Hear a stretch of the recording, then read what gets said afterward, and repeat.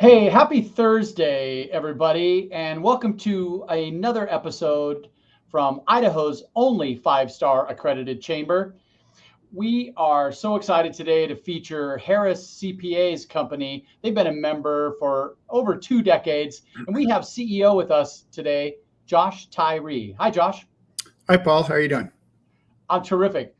So, Josh, you and I know each other from our kids at the same school.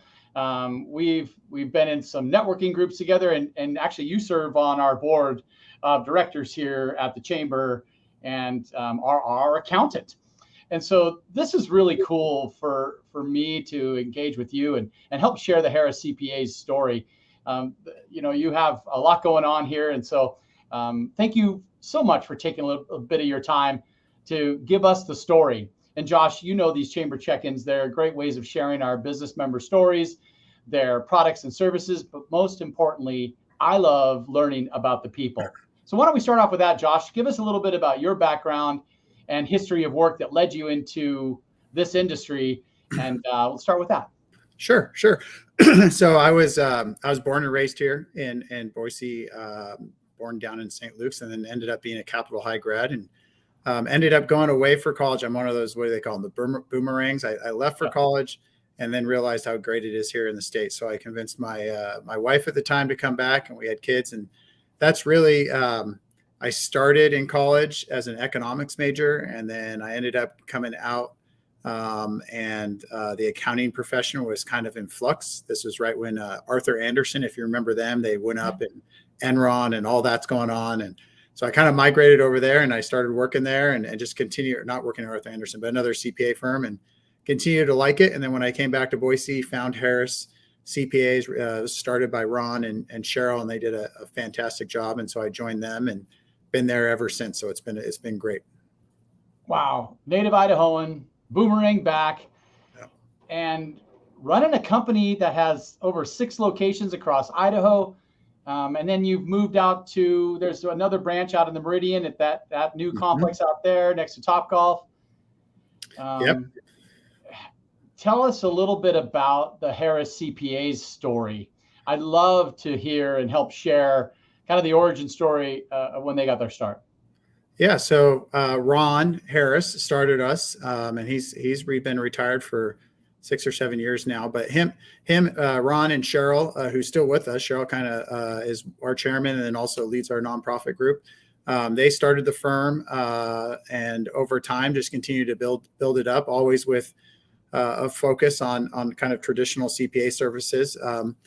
And as they grew, several of us kind of came on. And it was probably right when Ron was retiring about 6 or 7 years ago. We started to spend a lot of time on who we are and what we wanted to be and what we wanted to grow to be. And we really focused on Idaho and the state of Idaho, which is kind of what started driving our growth and where our people were. Our Coeur d'Alene office is started originally by someone who came out of Boise State and started working for us here and then moved there. We've got different areas of the state, whether it's Ketchum or Twin Falls, just everything kind of focused around be able to serve our community and our state in the best way we can. And that was really where everything kind of came out of and what stemmed our growth. We were probably 15 people or so back then. Now we're over 100 now across the state. And we even have people working remote out of small towns. Like we have one out of Malad, Idaho. If you know where Malad, Idaho is, you get a board. But it's really cool to see, as everything has gone more remote now we've really been able to expand our reach throughout the region, but we still have our core group here in the Treasure Valley, it's exciting for us. I'm always interested in learning more about what our chamber members provide the community. And we'll get into your community impact here in a little bit, but why don't you give us a 30,000-foot view of what Harris CPA provide? And maybe what I'd like to learn is how has it changed over the last maybe 10, 15 years? Because everybody's coming full service, right? Everybody wants to offer everybody everything. But tell us a little bit about the industry itself and then what Harris is providing. Yeah, I mean, I think we offer the traditional services, and we do we do audits and tax work and client accounting services kind of work. And that's been pretty traditional over the years. It's what a lot of accounting firms have done. You've seen a lot of firms get out of the audit side. We've grown that. It's a big part of our niche, and our type of clients that we're in, the industries that we really serve need that work. And so we continue to do it. So that's kind of our base services, but where really things have changed the last 5-10 years is that compliance level work has started to become more and more automated, more and more driven through software. And it's not getting any easier, but it is getting more and more compliance driven and just software driven. And we've added on that consulting. We always try and say we want to be partners with our clients, not just service providers. And so partners require, a friendship, an ability to kind of look ahead, the ability to look at things and identify things that they're not asking for, that they could just really try and support them. As I think it's in our mission statement that if our clients don't succeed, we're not going to succeed. But we also think our mission statement actually is, kind of 3 parts, because we think all 3 are equally important. We have to help each other succeed as individuals in our firm. And then we need our clients to succeed, and we need to help them, and we need our community to be healthy and be successful. And we don't believe without all 3 of those aspects working that anyone can do it without the other 3. So we always try and look at how we're doing things as a firm and how it impacts all 3 of those areas. Well, let's talk about that community and dive in a little bit deeper. And I've seen firsthand from your actions physically helping the community, but tell us a little bit more about Harris CPA's commitment to the regions they serve. Sure. So so really quick, I would kind of go backwards, but we had one thing we do every year as a firm, which I think is kind of unique and interesting. And it kind of stemmed how community kind of stemmed from our firm is we have what's called a thematic goal process. And so we have our 5 core values, and we know we're not perfect at those values, but we pick one as a firm every single year. And as an entire firm, we mix different groups up and we all work on how we're going to get better at that value. So the first year we started this, the first value we picked was united. This was 6-7 years ago. And we really started looking at how can we be united with our community. And from that stemmed a lot of things that we do, and some of it's just volunteering. Some of it's getting in, to the food banks or to cook meals or to support other employees' passions in the community. So we do a lot of that. We do our community partnership program where we actually are donating our expertise to startup nonprofits or startup businesses that need help getting off the ground. And so we have a whole program for that. But the thing I'm probably most excited about is where I'm standing right now, which is called our Center of Influence. So our office in downtown Boise actually doesn't have any employees at it. We have desks, and our employees like myself are down here working sometimes, but probably 80% of the Center of Influence is a training room equipped to bring everyone in the community in. And really our only rule is that you're trying to do something better, whether it's better for your company or better for the community, and we give it away for free. And so we have well over 100 organizations that use this space every single year to kind of come together, work on stuff, whether it's board meetings or fundraisers it's all over strategic meetings. It's just a really cool space. And that all stemmed from how can we connect with our clients and with our community and become more united with them, be part of more than just the tax return or more than just the audit, and support them in other things that they're doing. Wow. I did not know that, Josh. I think that's incredible. And to be able to offer that collaboration space, right? I think that's huge. And what you said about training, I think is one of the most important things that organizations can do right now is invest their time in aligning expectations with their new associates, also aligning mission and goals with existing team members. And I love the United story as well. I think it's so important. I've had several conversations just in the past week about, hey, how much time are you spending training and developing your team for retention and moving up the ladder too? So who's leading that charge? Well, it's a little mixed bag, but it's a lot of fun. I mean, we do a lot of coordinated training. We just got kind of to the size for us that we're trending to kind of have someone become an HR person for us, and we have a couple people that are really working hard on it. But we do a lot of those trainings. We're CPAs, right? So we we do a lot of technical training, Yep. but we also we have a third party that helps all our soft skill training. So, that's coming back to where do we think we're going? We're going to become more partners or more, advisors to clients, not just compliant people. Well, you need more than technical training. You need all those soft skill trainings. And so we do a lot of those as well, firm wide, which really helps our people kind of develop their skill set, whether it's here at Harris or wherever they move on to. I mean, we always hope it's here at Harris, but Yeah. we always want to make sure, that we're contributing to their growth in their career. So we do a lot of that training. We use some other partners as well to come in. It's actually training is, excuse me, one of our strategic initiatives this year as a firm. And so we've been doing some work the first part of this year, and we're really about to start launching some more formalized training programs for everyone in our firm in the last half. So, well, you talked a little bit about the people, and tell us a little bit, maybe just the 30,000 foot view of some of your team, and how you have experts on your team, and maybe just shout out a few of your team members. Oh, I have over 100 people on my team, Paul. So if I shout out a few, I'm going to miss a lot. You're true. That's true. That's true. But I will. Yeah.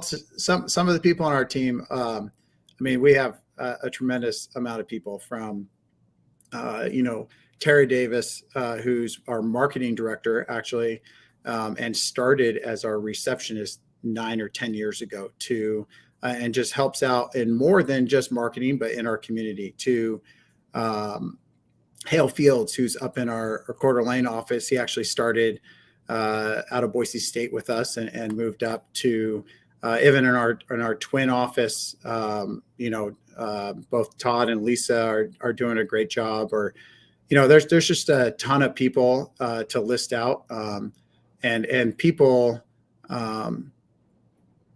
People are really important in our practice. It's a people business. I know the last couple of years with the pandemic, try to extract that people part of it out, and that was at least for me the hardest part of it is not being able to see people and get to interact with them. So you had to find new ways, and doing this over remote and Teams, like, it's nice, but it doesn't quite replace it. But it's it definitely, there's stuff about when you meet with someone, the information you can get out of them, and the connection you can really make, that's different. And so in our firm, that's a big deal. And the people we have, like, we just have we just had a whole set of interns start for the summer internship, and to see our, 1 to kind of 4-year out of college tax and assurance staff here in Meridian really take them under their wings and help. I was walking through our office the other day. They're all working and helping each other go through it. It's really cool to see. Well, on the beginning of our conversation, you mentioned helping your clients, and how do businesses plug in to some of the training opportunities? I'm looking on your website right now, and looks like there's a EBP webinar under the events page. How do people plug into these educational pieces? Yeah, so we send out emails and we post them on our website, and the EPB is an employee benefit plan. So it's one of our industry groups. We have some main industry groups: construction and real estate, employee benefit plans, agriculture, I'm forgetting, a nonprofit and government. And so they help coordinate. I know our nonprofit team I've been at the end of last week speaking at one of the conferences around town. But we try and those industry groups try to lead our firm in trainings and being in the community and doing trainings at different, whether it's association, conferences, or different areas. And so most of it is on our website. Most of it you can sign up for our email, and we do it once a year. We have an annual down at the Boise Center. Oh, okay. An annual economic update and forum, which is really fun. But if they, excuse me, I'm losing my voice here. If they get on our website and sign up for our newsletters, they'll get on our list, and we get it out. And then we also, if they can follow us on our LinkedIn page, we post a lot of that on LinkedIn. So I've got your website scrolling in the bottom of the screen here, and I would encourage any businesses that are interested in elevating their knowledge on accounting to scroll through some of their industry knowledge, some of their client resources, because it's just filled with a bunch of educational content. There's podcasts and blogs and tutorials on here, which is really cool, especially for business owners that want to do their business and not focus so much on their accounting side and be compliant with all the ever-changing compliances out there. While I have you for the last couple of minutes here, Josh, I wanted to give you an opportunity to educate the public on anything else that we've talked about or which come to mind during our time today. I would just say, Paul, the being active in the community, at least for us, is really important. I know, at the chamber right now, Bill is going through his transition, and that means a lot. It's a big deal for me personally, because the chamber was actually one of my first clients that came on board when I first moved back here. And the connection that I had with Bill and the friendship I've had over the years has been extremely important. And what the chambers provided us, the events we go to, and it's similar around, to me, it's very personal with the chamber just because of that connection. But our involvement in the Idaho Nonprofit Center or the conferences or, different, like the associations, the different community events, the nonprofits, it's the why for why we do it, the fact that we're contributing and trying to make a healthier community, which in turn is going to help our clients, it's going to help us. It just makes a huge difference. So I know, being personally active in the community and doing different things, they're always struggling to get volunteers and people to show up. And it's it's good to do it, and the benefit you get out of it, I think, is 10 times more than what you put in. So that would be the only thing. I know as a firm, we continue to try and do that and continue to believe it's really important for us. Well, I just want to let you know that I spent a bit of time kind of familiarizing myself with Harris CPAs before this time we had together, Josh. And what I discovered is that you're not only mission driven and community driven, but what sets you apart is what you just said, building friendships in the community. And, hands down, I think if anybody's looking to get information about their accounting from a local, credible, trusted firm, give Josh and Harris CPAs an opportunity to, look under the hood. Josh, thank you so much for your time. Thank you so much for your investment in the chamber. And I look forward to our next conversation. All right. Thank you, Paul.